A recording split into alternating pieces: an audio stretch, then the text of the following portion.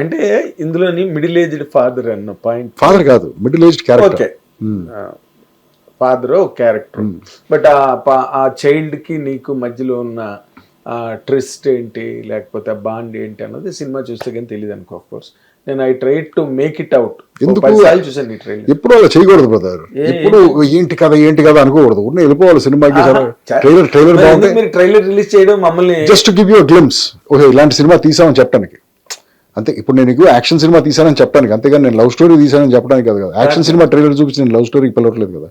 So నీకు ఇలాంటి సినిమాని ప్రిపేర్ చేయడానికి అంతే. అంతేగాని నువ్వు కథ ఊహించేసుకుని అక్కడికి వెళ్ళి నేను ఊహించినట్టు లేదా కథ ఎన్ని ఎందుకు. Just go to bloody movie, ticket కొనుక్కో. సరదా ఇంతకుముందు అలాగే చేసేవాళ్ళం కదా సినిమాలకి. తెలియదు కదా అప్పుడు ఈ ట్రైలర్స్ గొడవలు గట్ట ఏం లేవు కదా. మరి పోస్టర్ చూసి వెళ్ళిపోయాడు కదా సినిమా. మైండ్ లో ఏముండేది కాదు కదా. ఇప్పుడు ఊహించేసుకుని ఏదో బిల్డప్ చేసుకుని మైండ్ లో వెళ్ళిపోయి నేను ఊహించినట్టు లేదు సినిమా అంటే ఎలా కుదురుతుంది అది. మామూలుగా వెళ్ళు సినిమాకి సరదాగా ఎంజాయ్ చేద్దామని. అక్కడ నువ్వు అనుకున్న దానికంటే బెటర్గానే ఉందనుకో, హ్యాపీగా ఫీల్ అయ్యి రా. లేదనుకో ఓకే అనుకుని రా. అంతేగాని ఊహించేసుకుంటా ముందు ఎందుకు ఊహించేసుకుంటావు అంటున్నా కదా. సినిమా కంటెంట్ ట్రైలరు, టీజరు, ట్రైజర్ అని కొత్తది తయారైంది ఇప్పుడు. ఎవరు ఒకటి ట్రైలరు, టీజరు. అది అలా పోయితే పర్వాలేదు. టీజర్ కి ప్రీ టీజర్ ఒకటి ఉంటుంది. ప్రీ టీజర్ రావటానికి ఒక చిన్న వేరే ఏదో గ్లిమ్స్ ఒకటి ఉంటుంది. ఆ గ్లిమ్స్ కి ప్రీ గ్లిమ్స్ ఒకటి ఉంటుంది. ఆ గ్లిమ్స్ అనౌన్స్మెంట్ కి ఒక డేట్ ఉంటుంది. ఆ డేట్ కి ఇంకో డేట్ ఉంటుంది. పలానా డేట్ ఈ డేట్ అనౌన్స్ అవుతుందని చెప్పేసి ఇలా పెంట చేస్తారు బ్రదర్. అంతా ఇక మన చేతుల్లో లేదు. To spike the excitement amongst viewers or fans. సరే నాకు విషయం చెప్పండి. అందరూ పనులు మానేసి దీనికోసమే కూర్చుని ఉన్నారు అనుకుంటున్నారా బ్రదర్? ప్రపంచంలో ఎవడి లైఫ్ లో వాడు ఉన్నారు. ఈ ఒక్కటే పని కాదు. ఇప్పుడు కాదు నీకు పని లేదని చెప్పేసి వాడికి అంత ఇన్ఫర్మేషన్ ఎందుకు లోడ్ చేస్తున్నావు అంటున్నాను. పలానా రోజు ట్రైన్ వస్తుందని అనౌన్స్ చేయి, ట్రైలర్ వదురు. ఆ ట్రైలర్కి ఒక ట్రైలర్, దానికి ఒక గ్లిమ్స్కి అసలు ఏమిటి? ఎందుకు నువ్వు అన్నిటికీ వ్యతిరేకంగానే ఉంటే ఎలా మరి? ఇక్కడ నార్మ్స్ ఉన్నాయి కదా. There is no norm brother. There is no norm. ఎవడు క్రియేట్ చేశాడు ఈ నార్మ్స్? ఎవడు పెట్టాడు ఈ నార్మ్? ఈ నార్మ్ అనేది అసలు డిజైన్ చేసింది ఎవడు? సిచ్యువేషన్ బట్టి చేంజెస్ వస్తున్నాయి, అవి పెరుగుతున్నాయి, మోడల్స్ మాడ్యూల్స్ పెరుగుతున్నాయి, వ్యారీడ్ అప్రోచెస్ క్రియేట్ అవుతుంది. But you are creating fatigue on that guy. No, ఇప్పుడు నువ్వు ఇవ్వచ్చు ఇన్ఫర్మేషన్. ఎంత ఇన్ఫర్మేషన్ ఇస్తావు? నేను ఫోన్ చేస్తే నువ్వే వస్తా ఉంటావా ఏంటి? నేను ఫోన్ చేసి నేను ఏదో చూద్దామంటే టక్కుమని ఎన్ని వందల సార్లు పెడతారు ఈ పోస్టులు. అంటే ఇప్పుడు నువ్వు అన్నదానికి ఒకటే ఒక కారణం ఏంటంటే, బికాస్ టుడే ఒక సోషల్ మీడియా అనే ఒక ప్లాట్ఫామ్ ఉంది. And audience are more you know సినిమాకి రావడం అన్నది కొంత తగ్గింది. థియేటర్కి రావడం అన్నది తగ్గటం అనేది అది వేరే టాపిక్. అది దానివల్ల తగ్గడం అనేది వీఆర్ టాకింగ్ ఓన్లీ అబౌట్ ఇవన్నీ ఎందుకు అని too much. No, but to excite, to trigger excitement amongst masses. ఇది అలాగా వన్ బై వన్ అంటే నీ దానికి మరి నువ్వు ఎందుకు మళ్ళీ ఆర్గెంట్ గా అన్నాను అనద్దు.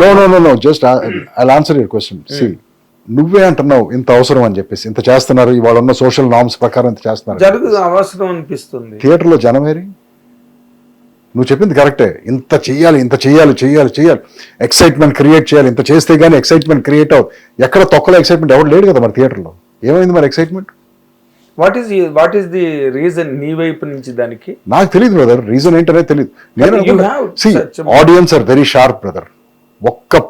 నీ ఒక్క పోస్టర్ చూస్తే చాలు వాళ్ళు మెంటల్గా డిసైడ్ అయిపోతారు ఈ సినిమాకి వెళ్ళాలో వద్దని చెప్పేసి. ఇన్ని వందల సార్లు రుద్దినా కూడా రావట్లేదు కదా నీ థియేటర్కి. ఏది నువ్వు బాగా డబ్బులు ఖర్చు పెట్టి మిగతా దేశాల్లో నుంచి వ్యూస్ కొని దీన్ని మిలియన్స్ ఆఫ్ వ్యూస్ చేసి బీభత్సం చేసినా కూడా వాళ్ళకి తెలుసు బ్రదర్. ఆ వ్యూస్ చూడగానే వాళ్ళకి తెలిసిపోద్ది అది ఫేక్ వ్యూస్ అని చెప్పేసి. మనం అండర్ ఎస్టిమేట్ చేస్తున్నాం ఆడియన్స్ని. ఈ రేటింగ్ ఆ రేటింగ్ అని చెప్పేసి పిచ్చిగా మ్యానుఫ్యాక్చర్ చేసి పెట్టేస్తున్నాం. ఎన్ని తెలుసు వాళ్ళకి. నువ్వు అసలు కొంప ముంచినట్టు ఉన్నావు తెలుగు ఇండస్ట్రీని. అన్ని నువ్వు ఓపెన్ గా మాట్లాడుతూ ఉంటారు. కాదు ఏంటి తప్పే నాకు అర్థం. ఇన్ని వ్యూస్ అనగానే ఆడికి అర్థం అయిపోతుంది ఫేక్ వ్యూస్ అని. 100% బ్రదర్. మనం ఏంటి నూతులో కప్పల్లా బ్రతుకుతున్నారు అందరూ ఏంటి?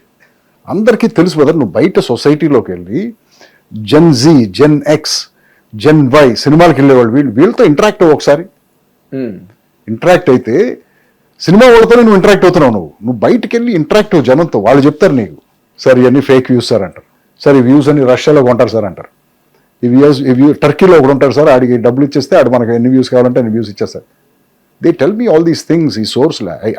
బట్ ఇలాంటి ఒక హంగామా వాతావరణంలో how are you planning to process the publicity campaign of your I did not do anything brother. నువ్వు నోటీస్ చేస్తుంటే సింపుల్ గానే ప్రీ రిలీజ్ ఈవెంట్ గట్టి no I'm not doing anything. ఇలా వెళ్ళి మీలాంటి ఫ్రెండ్స్ 10 మందితో కలిసి మాట్లాడి వచ్చేస్తున్నాను అంతే. I'm not doing anything. There is no pre release event, there is no premiere show. ఓ ఆ ఊళ్ళో ప్రీమియర్, ఈ ఊళ్ళో ప్రీమియర్, టికెట్లు అన్ని మనమే కొనేసి ఫుల్ అయిపోయింది బీభత్సం, ఇవన్నీ నేనేం చేయట్లేదు బ్రదర్. నేను I'm not doing all this. మరి ఇంతకుముందు సేమ్ పాత రోజుల్లో ఎలాగో 8వ తారీఖున నా సినిమా రిలీజ్ అంటే 8వ తారీఖునే రిలీజ్ అవుతుంది. 8వ తారీఖు పొద్దున్నే 11 గంటలకు షో రిలీజ్ అవుతుందంటే మనం అదే అయితే చేసేవాళ్ళం బ్రదర్. మార్నింగ్ షో అంటే అంతే జరిగేది. ఏంటి చేంజ్ అయిపోయింది మన జీవితాల్లో ఇప్పుడు? ఏం చేంజ్ అయిందంటే ఇప్పుడు నీకు సినిమా రిలీజ్ అయిన తర్వాత రివ్యూల్లో ఫస్ట్ 2 లైన్స్ ఏముంటాయంటే, it was not properly focused in publicity, కాబట్టి సినిమా ఎక్కువగా ఇప్పుడు ఆ రివ్యూ రాసే అతను, ఇప్పుడు నువ్వు చెప్పింది అతను నా పబ్లిసిటీని రివ్యూ చేస్తున్నాడా, నా సినిమాని రివ్యూ చేస్తున్నాడా? 2 మాటలు మాత్రం గ్యారెంటీగా ఉంటాయి. అది వాళ్ళ ఇష్టం బ్రదర్, వాళ్ళ విజ్ఞతకు వదిలేస్తాను. ఎందుకంటే I wanted to review my content. వచ్చి నా సినిమాని చూసి నీకు నచ్చితే నచ్చిందని, it's up to you, it's democracy. నాకు నీ మీద కంట్రోల్ లేదు. అవును, నువ్వేం రాస్తావో నీవేమనుకుంటావో కంట్రోల్ లేదు. It is your fundamental right to right, అంతే కదా? అవును. It is my fundamental right to work and make a living for my family. Of course. But you do not have the fundamental right that by writing stuff, you affect my ability to work and provide for my family. Do you understand what I'm saying? Yes, very much. Absolutely, నీకు రాయటానికి right ఉంది, నాకు right ఉంది ఈ దేశంలో. ఏంటి పని చేసి నా ఫ్యామిలీకి ప్రొవైడ్ చేయడానికి. కరెక్ట్. బట్ నువ్వు రాసేది నా ability to work and provide for my ఫ్యామిలీని ఎఫెక్ట్ చేస్తుందంటే, దెన్ సమ్వేర్ ఐ థింక్ నీ ఫండమెంటల్ రైట్ నువ్వు కరెక్ట్గా వాడలేదని. కరెక్టే. అంటే ఇప్పుడు నీ సినిమా రిలీజ్ అయిన తర్వాత ఈ 20 minutes ల్యాగ్ అయింది, ఇంటర్వ్యూ బ్లాక్ నీ ఇష్టం బ్రదర్, వీక్ అయింది, నీ ఇష్టం. Anything you can write anything, you're free to write. Free to right.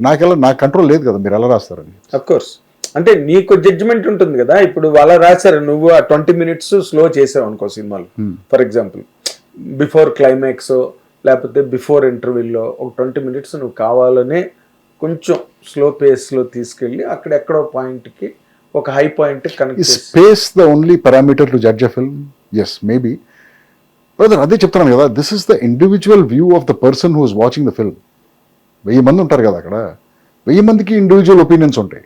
Majority of the opinion ఓటే అయినప్పుడు ఆ సినిమా రిజల్ట్ ఏంటో తెలుస్తుంది. అదే అందరికీ నచ్చితే బాగుందన్నట్టు సినిమా, మెజారిటీ ఆఫ్ ద పీపుల్ నచ్చకపోతే సినిమా ఫెయిల్యూర్ అని. అంతే కదా? అంతే.